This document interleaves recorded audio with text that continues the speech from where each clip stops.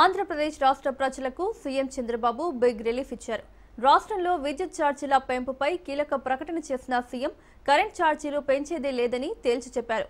విద్యుత్ డిపార్ట్మెంట్ తీవ్రమైన సంక్షోభంలో ఉందని, అయినప్పటికీ విద్యుత్ రంగాన్ని సమర్థవంతంగా నడిపిస్తామన్నారు చంద్రబాబు.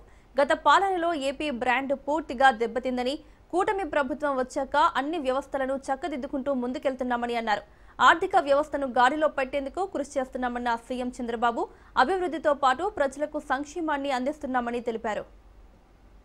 కరెంట్ ఛార్జీలు పెంచకుండా పోవడం కూడా global ప్రచారమేనా?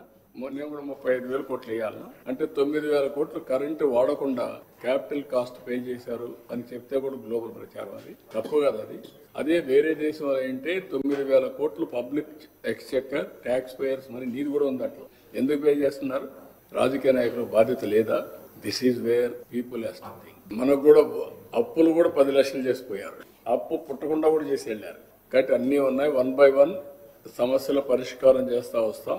Proper infrastructure will create over a period of time. Will do everything. It will take some time. మనం ఎన్ని చెప్పినా కూడా పరిపాలన ఇస్తున్నాం, అభివృద్ధి చేస్తున్నాం, వెల్ఫేర్ ఇస్తున్నాం. అట్ ది సేమ్ టైం ఇదన్నీ కూడా అవుట్కమ్స్ రావడానికి కొంచెం టైం పడుతుంది, రెవెన్యూ జనరేట్ కావడం.